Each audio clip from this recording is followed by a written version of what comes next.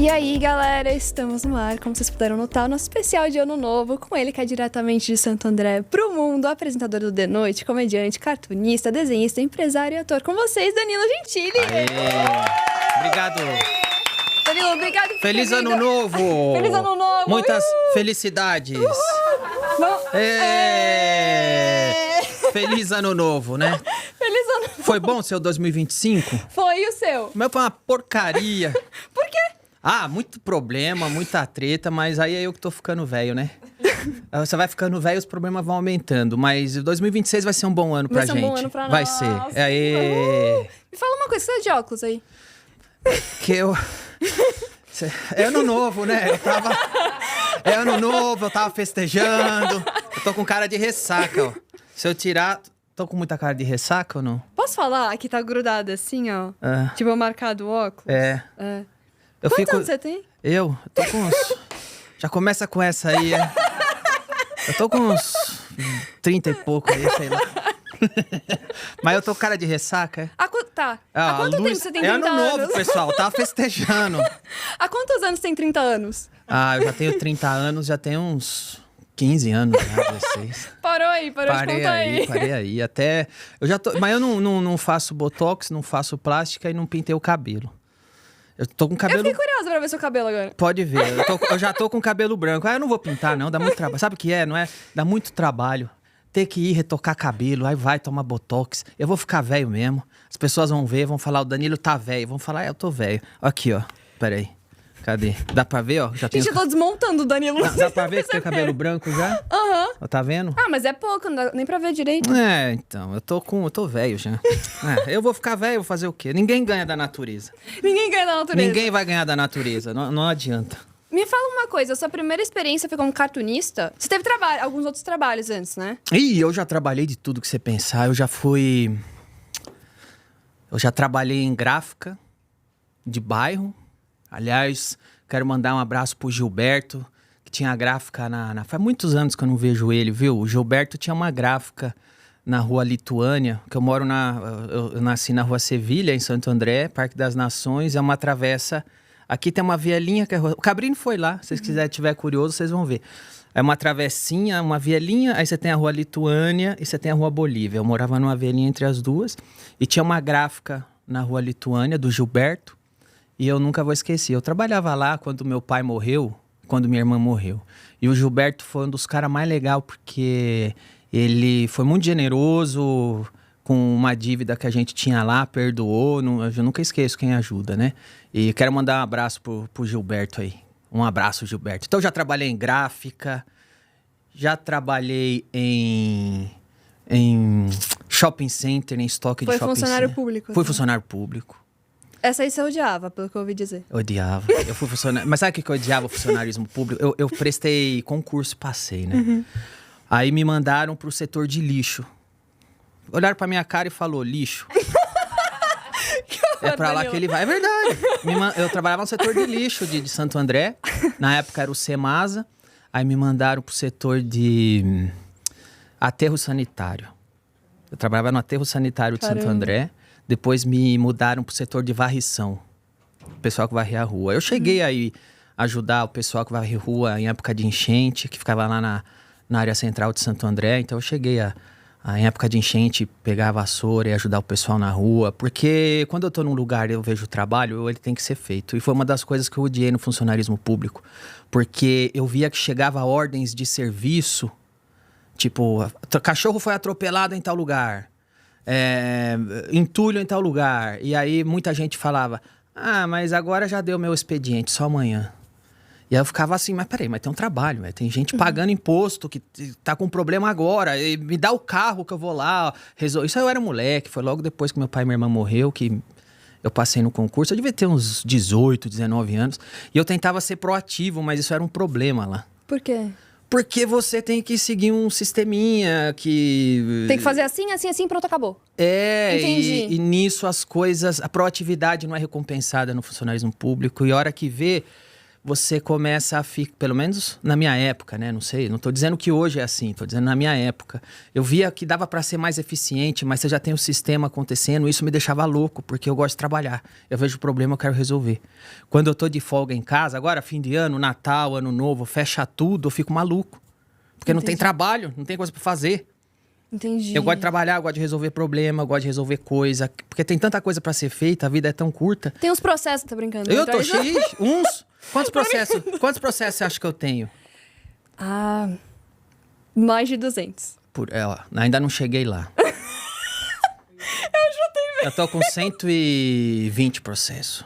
Em relação ao quê? A tudo? Tudo de piada. No meu bar, no meu comedy club, que é esse aqui. My fucking comedy club. Fica perto da Paulista. Tem um hambúrguer muito... Não comi, mas falam que tem um hambúrguer muito bom Quando lá. você quiser ir lá, vai ser bem-vinda, viu? Combinado, Vai lá muito qualquer obrigada. dia, viu? Eu vou mesmo. Só não leva teu pai lá, que eu não quero ele não. lá. Ele não, vai sozinha, vai sem seu pai lá. Combinado.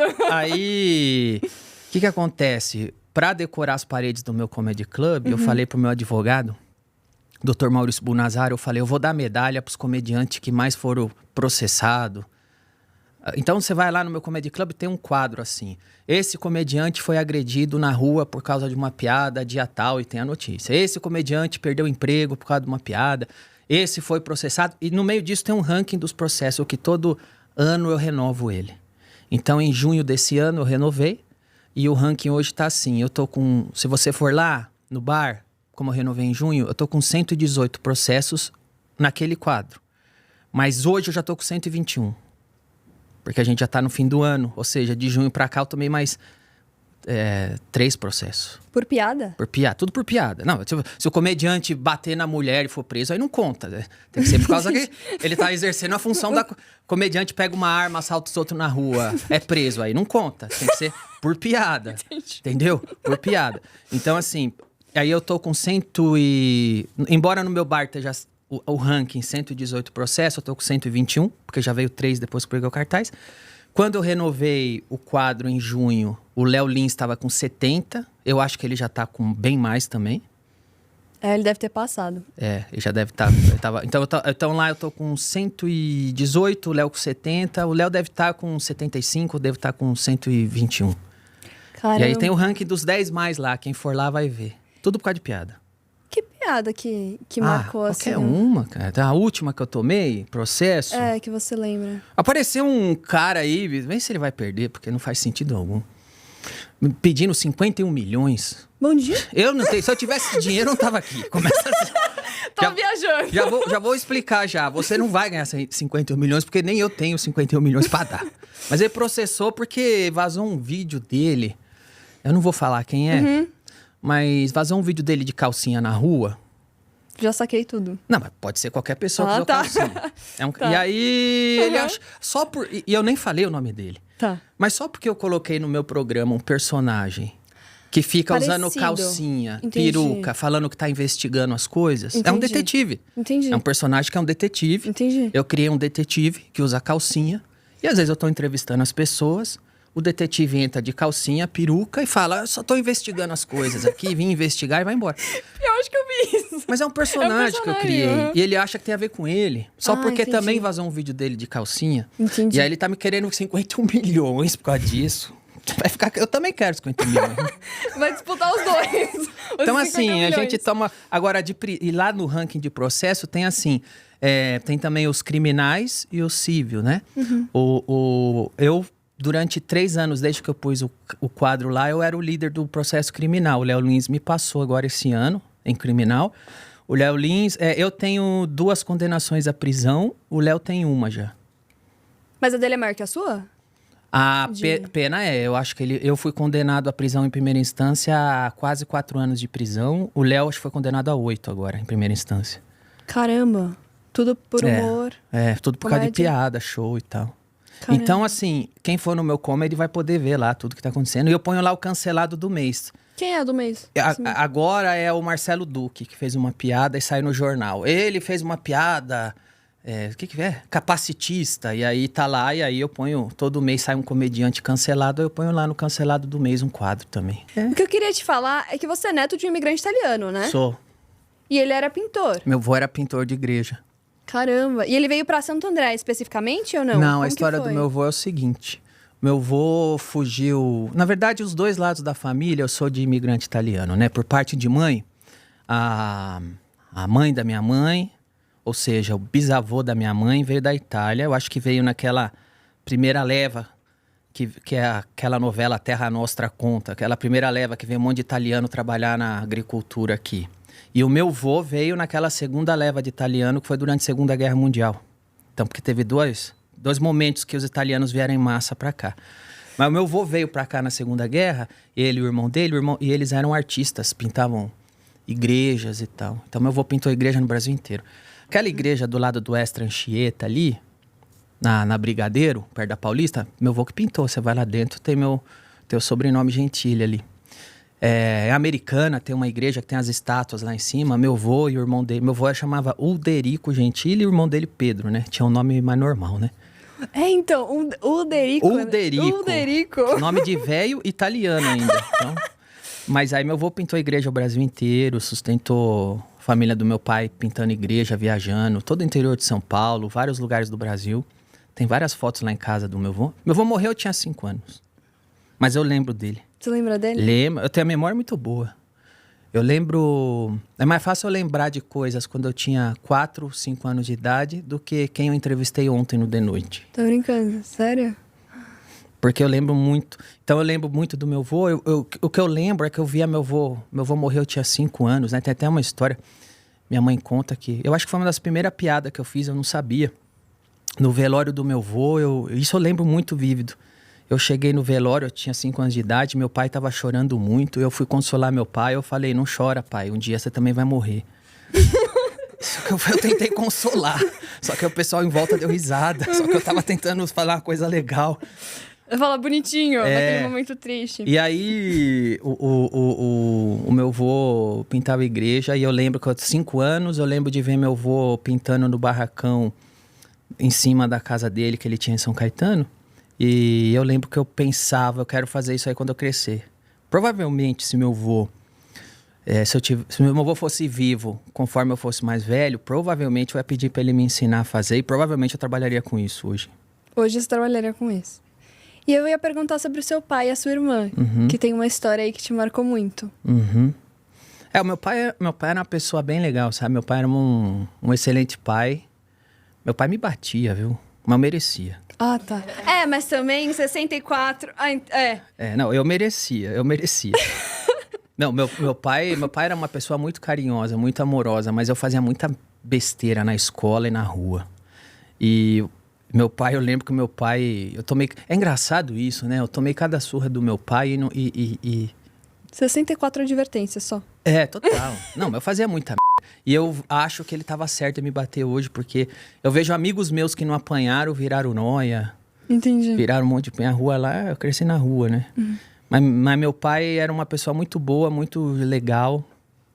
E sabe uma coisa que você tá falando do meu pai? Isso eu nunca falei em lugar nenhum, viu? Isso eu fiquei... Eu queria muito que tivesse entrado na matéria do Cabrini, não entrou. Tem a ver com meu pai. Tem uma matéria do Cabrini na internet, que o Cabrini vai lá na rua que eu cresci. E na hora que ele tava gravando a matéria na viela que eu cresci, passou uma pessoa da rua de baixo e falou assim, deixa eu falar uma coisa. O Cabrini falou com ela. Aí falou assim, eu queria muito que fosse pro ar isso, porque uma vez minha casa pegou fogo ali, eu sei que era um vizinho nosso, pegou fogo ali e a gente ficou sem nada. E o pai dele apontou pra mim. Meu pai chamava Danilo também. E o Danilo... Você é Júnior, né? Eu sou Júnior, mas não gosto de Júnior. E o pai dele... Porque lá todo mundo tinha a mesma classe social. Ninguém era bem de vida. E o pai dele juntou um monte de dinheiro e comprou um monte de coisa pra gente se recuperar. É uma coisa que não entrou naquela matéria do Cabrini, porque você tem um tempo, né? Mas eu achei tão curioso que a hora que o Cabrini estava falando comigo na viela, essa pessoa passou bem na hora ali, estava voltando do mercado e falou isso, porque eu não lembrava, porque meu pai sempre foi uma pessoa muito boa, meu pai sempre tirava dele para dar para os outros, sabe? Então, meu pai, eu tenho ótimas memórias do meu pai, como ele cuidava de mim, como ele sempre tentou ajudar todo mundo em volta. Ele foi um homem muito bom. E a Karina? Ela era uma pessoa boa, muito boa. Às vezes ela era até muito inocente, porque ela era uma pessoa bem boa. Mas sabe o que eu gostaria de ter tido com a minha irmã que eu não tive? Que é a amizade que se cria depois de adulto. Porque quando você sabe que você tem irmão, você tem irmã. Então você sabe disso. Eu tenho 5 anos de diferença da minha irmã. Então quando eu era criança, ela era adolescente. Quando eu sou homem, ela era mulher. Então, os interesses pelo sexo, né, os interesses do sexo são diferentes. A mulher tem interesses em um tipo de assunto. Até quando a gente era criança, né? A mulher tem um interesse em um certo tipo de brincadeira, o homem em outro. Minha irmã queria brincar de Barbie, eu queria brincar de comandos em ação. Então, não tinha como ter unidade nas brincadeiras, nas coisas. Não só os interesses, tipo, a menina tem um tipo de interesse, o homem tem outra, mas também da faixa etária. Então, minha irmã era adolescente, eu era criança. Então, o adolescente já tem outros tipos de interesse e a criança outra. Então, enquanto os interesses da minha irmã era namoradinho, música e tal, meu interesse era comandos em ação, videogame, né? Meu interesse era brincar com os moleques na rua e minha irmã com as amigas dela da escola. Então, essa fase de irmão criança e adolescente, eu não tinha tanta afinidade com a minha irmã.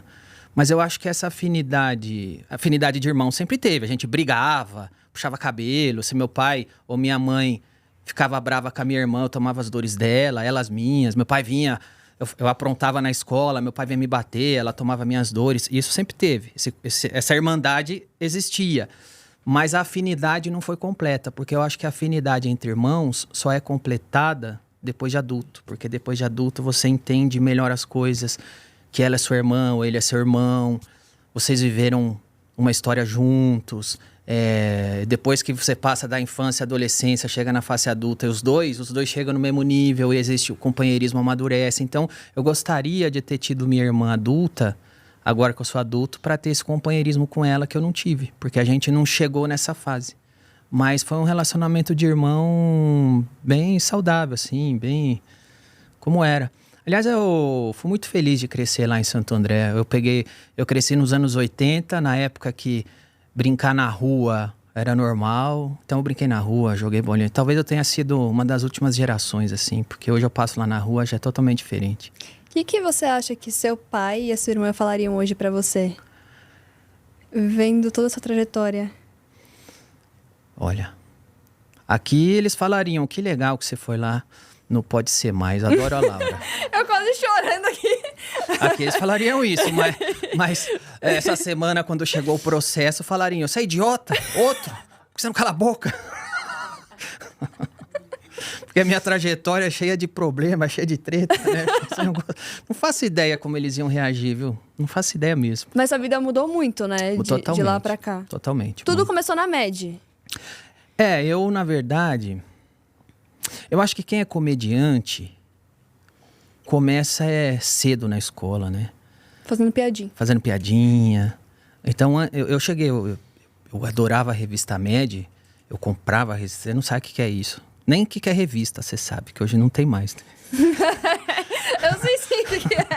Você sabe o que é revista? É um negócio de papel, assim, ó. O pessoal fala que no futuro não vai mais ter papel, né? Vai ser tudo digital.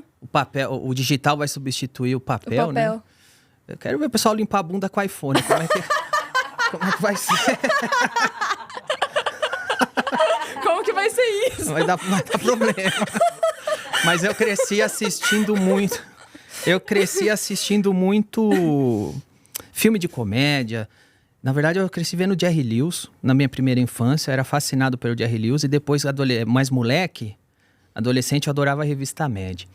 E aí eu desenhava. Por causa do meu avô que eu falei, que eu adorava ver ele desenhar e pintar quadro, eu cresci desenhando. E eu cheguei a desenhar para a revista MED, que eu era fã. Cheguei a escrever para a revista MED. Fiz muita história em quadrinho, cartoon. E depois fui fazendo comédia, né? Então hoje, se me perguntar o que eu sou mais... O que eu mais gosto de fazer na vida não é apresentar o de noite, não é fazer stand-up. Sabe o que é? Ficar em casa criando ideia. Você escreve num papel ou é já digital? Eu faço o seguinte... Meio. Não. Eu escrevo na cabeça. eu crio na cabeça. E eu deixo a ideia amadurecer e eu resolvo os problemas na cabeça. Quando tudo está resolvido na minha cabeça, eu vou para o computador ou para o papel e transcrevo. Então, por exemplo, eu acabei agora de escrever um filme, que se tudo der certo, a gente vai rodar no que vem. Um filme bem legal, que eu acho que vai ser o filme mais diferente da minha carreira, porque eu tô realmente empenhado em fazer um filme family friendly total, assim. Um filme pra família, com humor atemporal. De verdade? De verdade. E eu escrevo, eu tenho muitos roteiros escritos lá em casa. E esse, um grande streaming se interessou e eu acho que vai acontecer, se Deus quiser. Tá tudo certo pra acontecer. Que demais. Você vai atuar? Vou atuar. Não gosto de atuar, mas eu vou... Eu vou atuar porque eu atuar ajuda a viabilizar o filme. Total. E eu atuando como protagonista, não é o que eu gosto de fazer não, viu? Não sou ator não. Mas eu penso muito no projeto como um todo. Eu atuando como protagonista, já é o maior salário do filme que eu pego e ponho de volta no próprio filme. Ou seja, o filme melhora, Entendi. aumenta. Que E demais. aí eu como protagonista também, tem um lado comercial que ajuda a vender o filme. Vou ver se o Diguinho me pagar, ele pode estar no filme. Aliás, como que tá esse relacionamento? É um idiota. Ele veio aqui, você sabe, né? Você assistiu. Assisti. Tudo que ele falou a meu respeito é mentira. Certeza. Certeza. Você nunca falou mal dele. Não. Ele é um... Bom, mas você tá falando de escrever? Então vamos escrever. Então, Inclusive, por de exemplo, noite. eu peguei como exemplo o roteiro de filme, que eu... Primeiro, eu fico um tempão criando a história. Depois, na minha cabeça. Eu não vou escrever, porque quando você escreve, eu pelo menos, escrevo sem ter as coisas resolvidas, pode ser frustrante, porque você escreve umas coisas que você não sabe para onde vai, você fica travado como se a criação fosse papel. Então eu fico na minha cabeça imaginando, me divertindo, pensando o que pode ser divertido, o que pode ser legal. Aí problemas aparecem do tipo, mas se o personagem agora precisa estar em tal lugar, como que eu faço para a história andar? Esse personagem precisa ter esse desfecho, essa situação precisa ser... Quando eu resolvi tudo, eu sento e escrevo. Então, na verdade, o que eu mais gosto de fazer não é apresentar o de noite, não é fazer comédia stand-up, não é atuar em filme. O que eu mais gosto de fazer é criar. E é o mais difícil, eu acho. É? É. Mas é o que eu mais gosto. Quando eu tô em casa quieto... pensando alguma coisa, eu tô me divertindo tanto na minha cabeça, eu tô tão... No seu mundo ali. No meu mundo. Agora mesmo, antes de vir pra cá, eu tava criando um jogo de tabuleiro, que acho que vai sair ano que vem também. Então, eu gosto de criar, imaginar as coisas e criar. Que gênio. Não, gênio não. Gênio. Eu gosto de criar, é o que eu gosto de fazer. Caramba, que demais, Danilo. O de noite, a hora que eu tô apresentando, é a parte que eu gosto de fazer. Mas eu não tô lá para apresentar, eu tô lá para criar as coisas. E apresentar faz parte de um processo. Caramba. O que eu mais gosto é imaginar o quadro, imaginar a piada, imaginar se isso vai ser legal. É isso que eu gosto de fazer. Você vai se aposentar, né? Ah, não vejo a hora. Tô brincando. Não vejo a hora. Tá bom. Porque se eu quero me aposentar cedo, porque aposentado cedo, eu tenho mais tempo para criar mais coisa. Porque para mim é um hobby, eu me divirto. Criando coisa, criando roteiro, criando história em quadrinho, criando jogo, criando projetos. Eu adoro fazer isso, é o que eu mais gosto de fazer. É o que eu mais me realizo. E o da noite é uma realização pra você? Sem dúvida. Tem alguns níveis de realização ali, né? Primeiro de tudo é poder fazer um talk show como eu imaginava, né? Tudo que eu fiz na vida, Laura, eu fiz como espectador, não como apresentador. Então... Quando eu estava no CQC, eu falava assim, como espectador, o que eu gostaria de ouvir esse político respondendo? Aí eu ia lá e perguntava. Eu nunca pensei assim, como repórter, o que eu devo perguntar para ele? Eu pensava, eu sou um cara que cresceu vendo TV, que cresceu puto com esses políticos aí. Se eu tivesse vendo TV, eu queria ver esse político responder isso. Aí eu ia lá e perguntava. Aí quando... eu via, tinha o Jô Soares no talk show, mas eu achava que ele tinha só o talk, ele não tinha o show. Porque ele só falava e tinha uma banda. Ele falava e tinha uma banda. Eu sempre achei que faltou o show do talk show.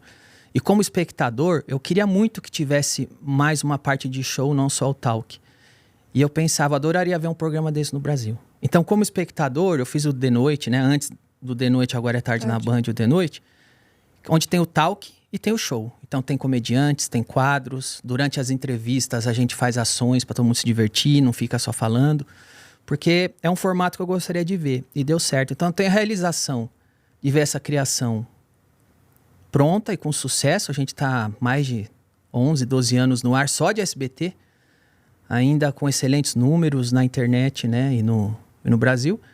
E a outra realização é estar no SBT, que foi uma emissora que eu cresci assistindo, que eu tenho muito carinho, que eu gosto muito. Já falei isso para a Beruti, eu sou extremamente grato a Dani Beruti pelo dia que ela me chamou para tomar um café e me convidou para ir para o SBT. Porque estar no SBT significa que eu estou num lugar que eu tenho muito carinho e que eu crio amizade com pessoas que eu cresci admirando, como por exemplo seu pai, que é um cara muito legal, muita gente boa. Eu gostava dele como apresentador, hoje eu gosto como amigo. Sou feliz de ser amigo do Ratinho, de estar num ambiente como o SBT. Então, são muitos níveis de realização.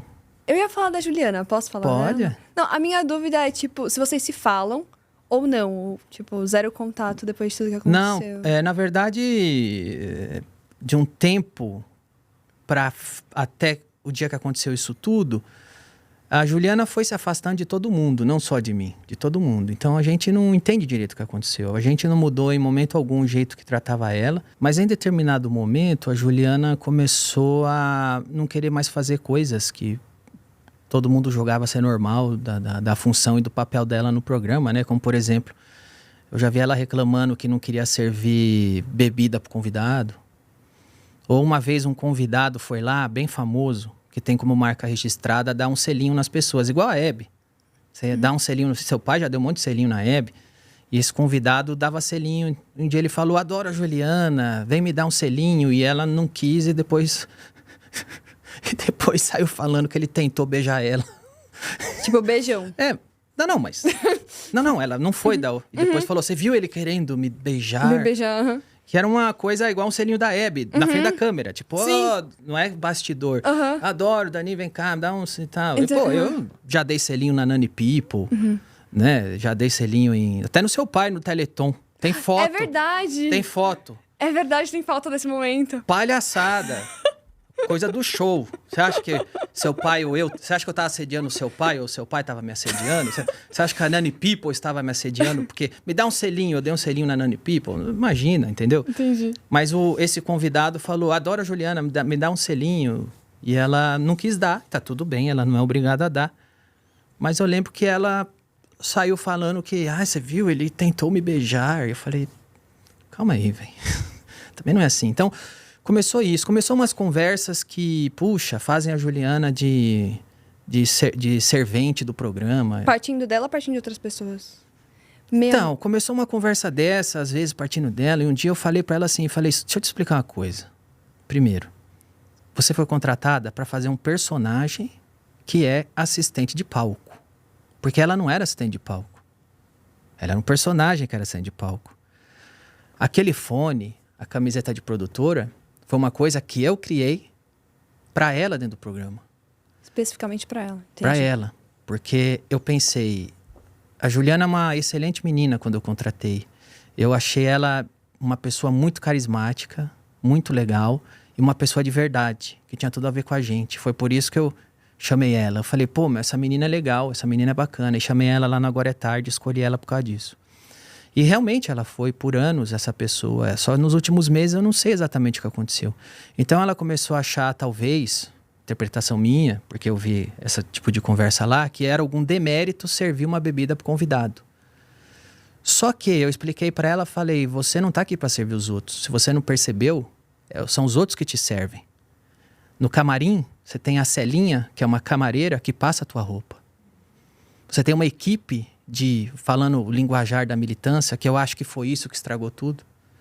Falando o linguajar da militância, eu falei, você tem uma equipe de homens brancos héteros escrevendo piadas para você todos os dias. Ou seja, você está sendo servida por homens brancos héteros no roteiro.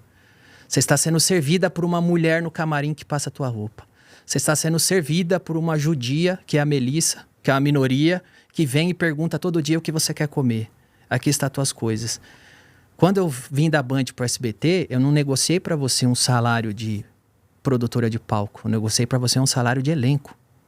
Tanto que ela pediu justiça gratuita, no caso Otávio Mesquita, e negaram a justiça gratuita dela, porque viram que ela tem bastante dinheiro que ela ganhou. Então eu falei, eu não sei porque você acha que é um demérito você ser a menina que, quando o convidado pede uma bebida, serve. Porque esse é o seu papel no programa. Assim como o papel do Diguinho é fazer a locução. E você não é uma pessoa que está aqui para servir, você é uma pessoa que está sendo servida em todas as cadeias. Vem uma faxineira e limpa o banheiro do camarim que você usa. Então você não é a pessoa que está servindo os outros, você é uma pessoa do elenco, assim como eu, Diguinho, Léo, Murilo. Que você recebe piada, você recebe roteiro, você recebe roupa lavada, você recebe roupa passada, você recebe comida. Todo mundo está te servindo. Mas eu percebi que talvez eu possa estar sendo... É uma impressão que eu tenho. E é uma impressão que quando eu converso com o pessoal do bastidor, com o Diguinho, com as outras pessoas, eles têm a mesma impressão que eu. Eu acho que ela começou a ouvir um monte de militante. E eu acho que eu sempre fui um alvo que essa militância ideológica, política, sempre quis derrubar. Porque eu nunca me curvei a eles. Eu sempre mantive a minha postura fazendo o que eu acredito. Como a gente começou conversando. Você quer me cancelar? Cancela, não tô nem aí pra vocês. Eu vou falar o que eu quero. Não tô falando nada de errado e dane-se.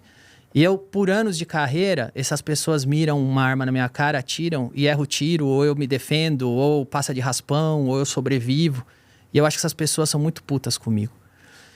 E eu acho que a Juliana começou a dar ouvidos para as pessoas que começaram a encher a cabeça dela de historinha, de militância, porque é a única explicação que eu tenho. De uma hora para outra começou esse tipo de coisa.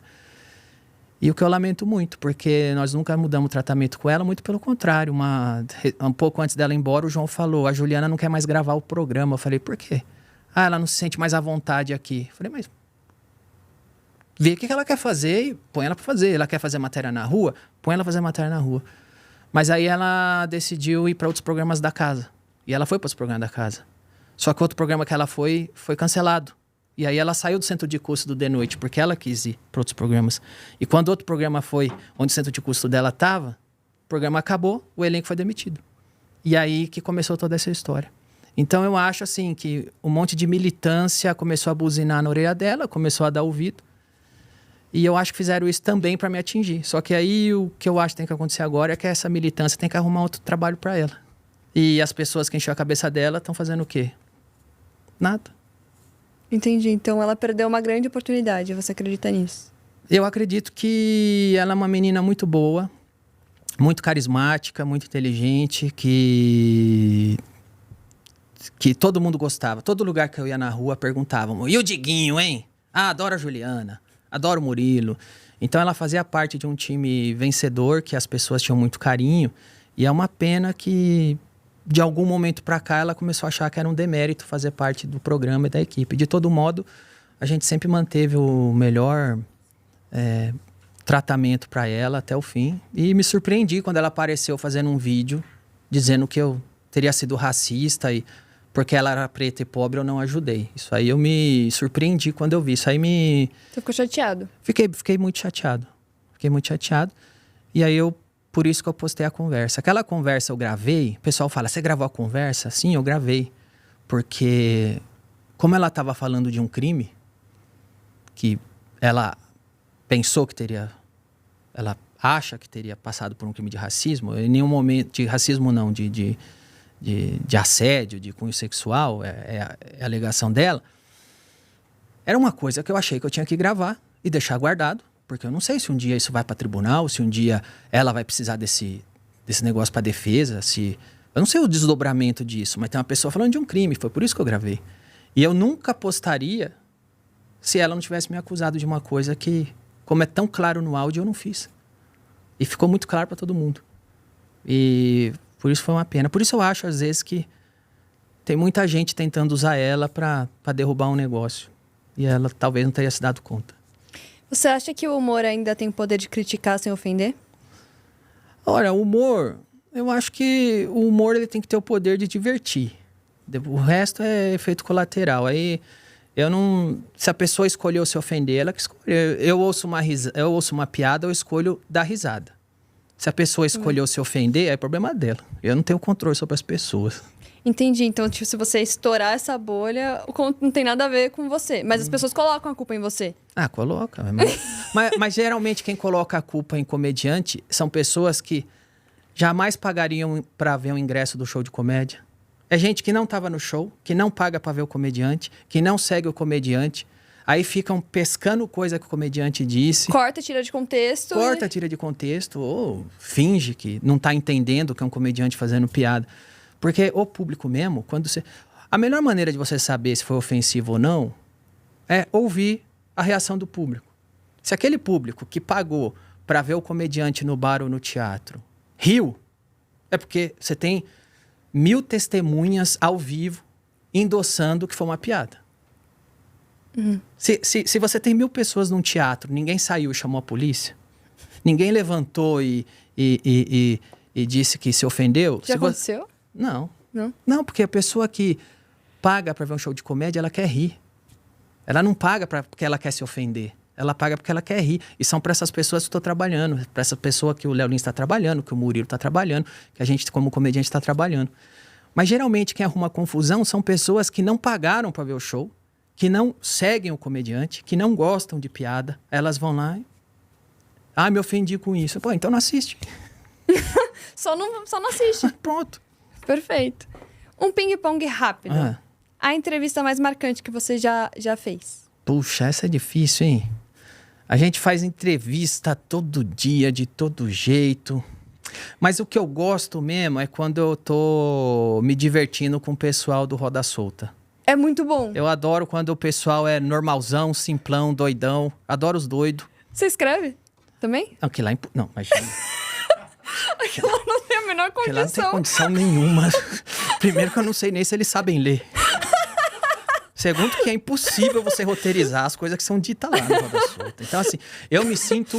E isso é preocupante, porque quando eu tô no meio daqueles malucos, eu me sinto completamente à vontade. Eu me sinto em casa. Isso é preocupante pra mim. É confortável. Eu me sinto no meio dos meus. Isso é preocupante. Quem seria o convidado dos sonhos pra entrevistar? Ah, isso é difícil. É tão difícil porque... eu já entrevistei meio que todo mundo, quase que... Já zerou já, né? O convidado dos sonhos pra mim é um convidado que senta e eu me divirto. E fale, né, de preferência. Porque Sim. gente que não fala, ninguém merece. Não fala, não vai pra frente. Mas um convidado que senta e eu me divirto com ele, puta, esse é o convidado dos sonhos. É o melhor, É quando eu tô dando risada. Quando eu tô lá dando risada, eu falo, esse é o convidado dos sonhos. Uma pergunta que você sempre quis fazer, mas nunca teve coragem. Não, eu acho que eu quis... Já fez tudo. O que eu quis perguntar, eu perguntei até agora. Já teve alguma resposta que te deixou sem reação? Não. Caramba. Não, porque na comédia, quando você fica sem reação, isso também é uma reação. Porque você ficar sem reação, você puxa pra comédia. E você valoriza isso. E isso funciona. Então, até não ter reação na comédia é uma boa reação. E o que você faz pra uma entrevista ser inesquecível?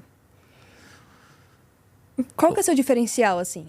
O que eu entendo é que é o meu trabalho fazer a entrevista dar certo, não do entrevistado. Então, a gente se imune de recursos. A gente tem um roteiro, a gente tem pauta, a gente tem o meu improviso, a gente tem o Diguinho, a gente tem várias coisas, a gente tem...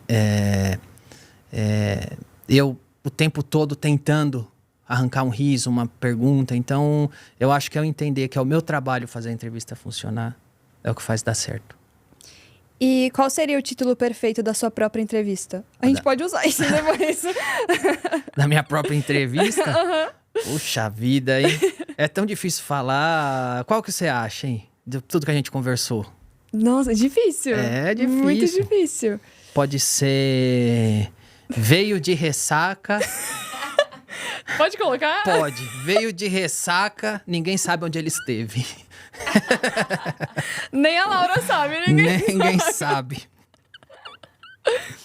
E o que você faz que ninguém vê, assim? Uma coisa que você faz que ninguém vê. Engraçado, nada que... Minha vida é tão chata, pessoalmente. É parada? Eu fico em casa, vejo filme, como pizza, fumo charuto, vejo filme, vejo os mesmos filmes sempre. Quais são? Eu sempre tô vendo filmes que eu já vi e gosto. Agora eu tô vendo Indiana Jones sem parar, todos. Um atrás do outro. Aí acaba, eu vejo de novo, que é um dos meus filmes preferidos.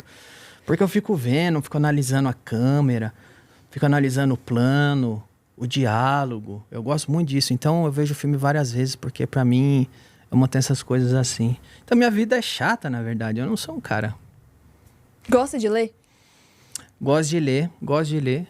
Mas eu já li mais, viu? Eu já não tenho lido tanto, não. Baladeiro? Nunca sou, foi? Não sou. Nunca foi, nem jovem, nem... Nunca. Nem depois. Muito barulho, muita gente. É um lugar que você vai, você quer conversar, você tem que ficar gritando. Quê? Aí você conhece um monte de gente que você não sabe quem é. Você não sabe se as mulheres têm doença. Não sabe se os homens estão bêbados, se é traficante, se é um cara da balada. É barulho na cabeça. Eu não quero saber disso aí. Mas é verdade, você já fez um comedy club nos Estados Unidos? É verdade, tentei. Essa pessoa que me falou isso foi meu pai. Tentei. Seu pai é Eu não fofoqueiro. sabia dessa informação. Seu pai é fofoqueiro, hein? Seu pai é fofoqueiro. O que acontece? Hoje eu tenho esse Comedy Club. My Fucking Comedy Club. Entra lá, @myfcomedy club. Não pode colocar o palavrão. É F. Mas eu posso, mas eu achei que o F, o Instagram distribui mais. Faz sentido. MyF Comedy Club. Entra lá no Instagram, segue a gente, que é muito importante aí. Mas aí eu tive o Comedians também, que foi na Augusta. Você foi sócio do Comedians? Fui sócio, aí fechou na pandemia. Aí durante a pandemia, eu fiquei procurando imóvel quietinho, achei um legal. Peguei num bom preço, que era pandemia. E montei lá o Comedy Club. E sem sócio dessa vez. E tá dando certo até o momento, tá bem Qual legal. Qual é o problema de sócio? Eu tô brincando. Sócio e casamento. Você tem que escolher bem quem você vai fazer. É verdade. Mas você também não faz nada sozinho. Mas o Comedy Club, como ele é pequenininho, é intimista, tem funcionado bem. Mas tentei abrir um nos Estados Unidos e deu um rolo. Foi eu e o Diogo Portugal tentamos abrir. E um brasileiro, que eu era até padrinho de casamento do cara. Tá brincando. A gente confiou nele, foi pra lá, gastou dinheiro, ninguém sabe onde tava, terminou em processo, a gente ganhou. E tá aí. Deu errado, então. Deu errado. Me contaram que rolou uma coisa deu assim. errado, mas era um momento que não dá pra repetir, porque o momento que eu e o Diogo Portugal tentamos abrir foi antes do momento ali do dólar, da economia dar uma descambada. Então a gente mandou dinheiro pra lá, o dólar tava menos de R$3, ia montar as coisas num lugar que é a International Drive, que agora tá muito caro as coisas lá, na época não era. E talvez teria dado certo, mas não chegamos a iniciar e o dinheiro sumiu e terminou o processo. Você já pensou em desistir De quê? da sua profissão, da sua carreira, em algum momento?